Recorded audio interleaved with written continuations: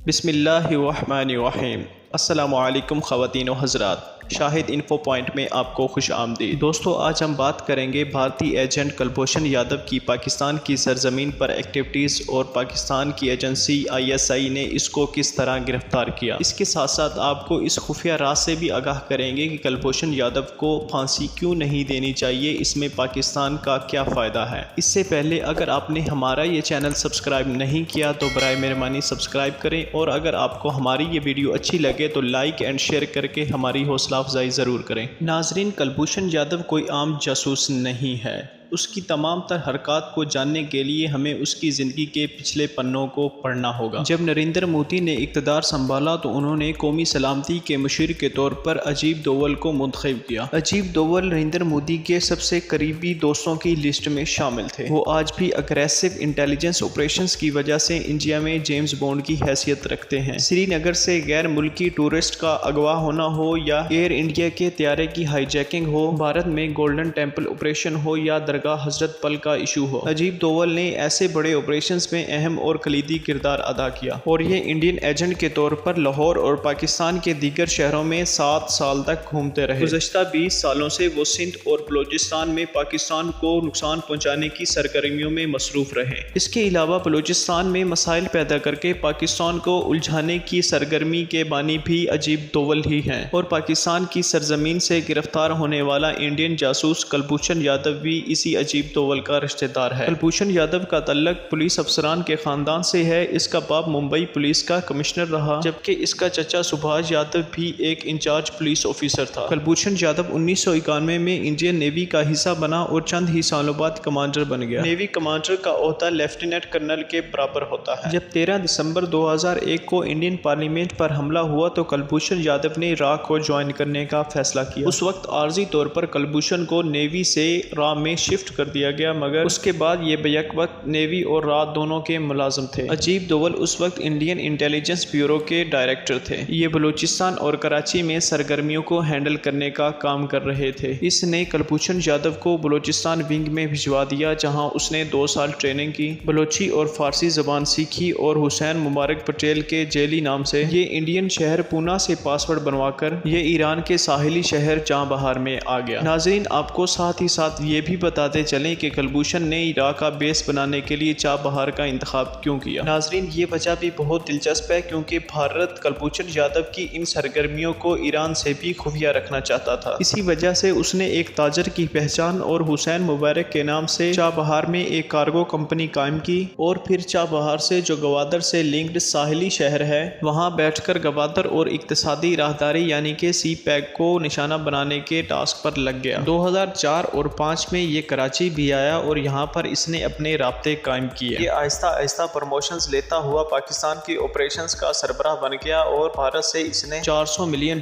لیے، جو تقریباً 45 ارب روپے بنتے ہیں۔ کلبھوشن نے یہ رقم بلوچستان اور کراچی میں بدنظمی پھیلانے والے گینگز میں تقسیم کی۔ کہا یہ جاتا ہے کہ یہ MQM کے لوگوں کو بھی فنڈز دیتا تھا۔ ناظرین، جب کراچی اور بلوچستان میں حالات حد سے زیادہ بگڑنا شروع ہو گئے اور ہر طرف قتل و غارت عام ہو گئی، تب ISI اور پاکستان کے دیگر خفیہ اداروں نے صفائی کا عمل شروع کیا۔ پاکستان کے ان باکمال اداروں نے بلوچستان اور کراچی میں آپریشن کے دوران حسین مبارک کا سراغ لگا لیا۔ پاکستان کو پتہ چل گیا کہ بلوچستان کے علیحدگی پسند ہوں، کراچی کے مافیاز ہوں یا خودکش حملہ آور ہوں، یہ تمام لوگ چاں بہار سے ٹریننگ لے چکے ہیں اور یہ وہیں کی پیداوار ہیں۔ حسین مبارک اس دوران جب انڈیا جاتا تھا تو وہ تب بھی اپنے لوگوں کے ساتھ کانٹیکٹ میں رہتا تھا۔ کلبھوشن کی بھارتی لوکیشن پاکستان کے نوٹس میں آتی گئی، اور یوں اس شخص کی اصلیت پاکستان کے اداروں کے سامنے کھلتی گئی، اور آخرکار جنرل راحیل شریف اور DG ISI جنرل رضوان نے اسے پکڑنے کا فیصلہ کیا۔ یہ نہایت مشکل ٹاسک تھا، کیونکہ کلبھوشن کوئی عام جاسوس نہیں تھا، یہ پاکستان آپریشنز کا ماسٹر مائنڈ تھا، اور دنیا میں آج تک کوئی بھی ملک کسی بھی ملک کے اتنے بڑے ہائی رینک انٹیلیجنس آفیسر کو نہیں پکڑ سکا۔ لیکن ہمارے اداروں نے یہ تاریخ بدل دی۔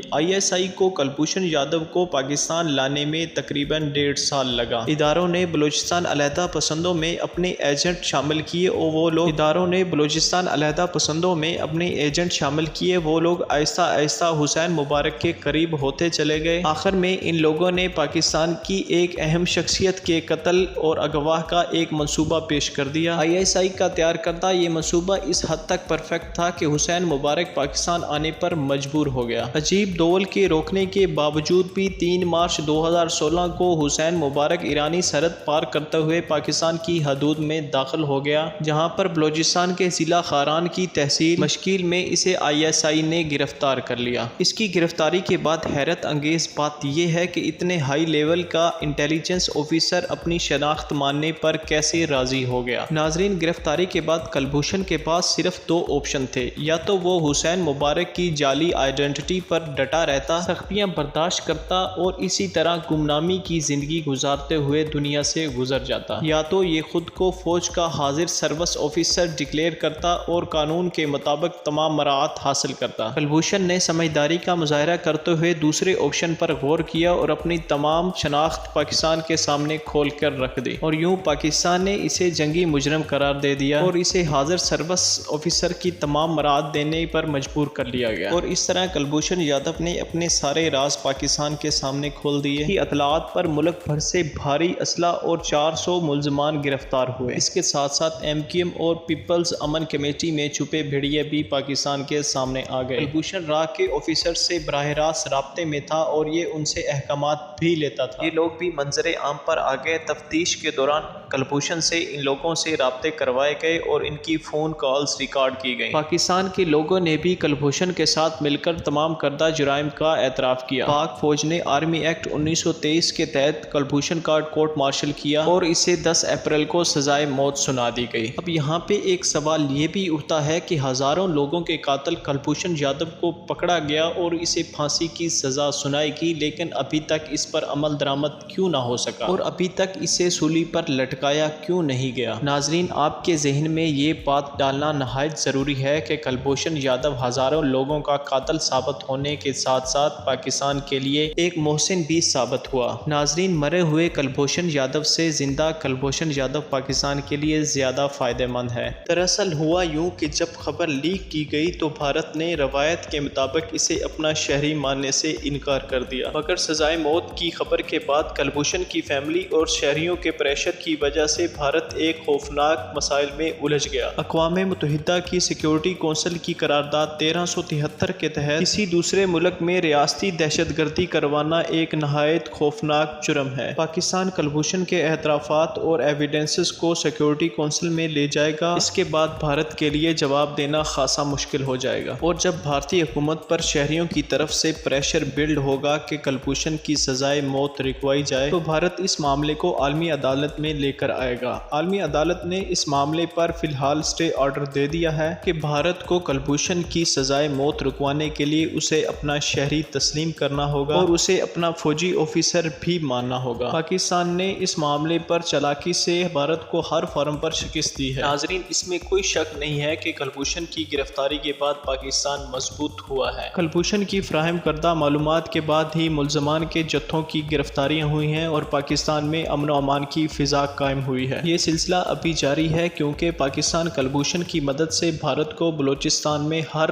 لحاظ سے شکست دے رہا ہے۔ پاکستان دشمنوں کے خاتمے کے لیے کلبھوشن کو ہر لحاظ سے استعمال کر رہا ہے۔ بھارتی شہریوں کے پریشر کے بعد کلبھوشن کو بچانے کے لیے انہیں ایک اپیل دائر کرنا ہوگی، لیکن اس سے پہلے انہیں کلبھوشن کو اپنا شہری تسلیم کرنا ہوگا، جس کے بعد بھارت عالمی سطح پر مزید پریشر میں آ جائے گا۔ اگر کسی دن بھارتی پارلیمنٹ میں کلبھوشن کی فنڈنگ کا سوال اٹھتا ہے تو را کو ان $400 بلین کے آڈٹ پر مجبور کر دیا جائے گا جو انہوں نے کلبھوشن کو دیے اور پاکستان میں دہشت گردی پھیلانے کے لیے استعمال کیا گیا۔ اس کے ساتھ عجیب دوول نے اپنے رشتہ دار کو کس طرح پاکستان آپریشن کا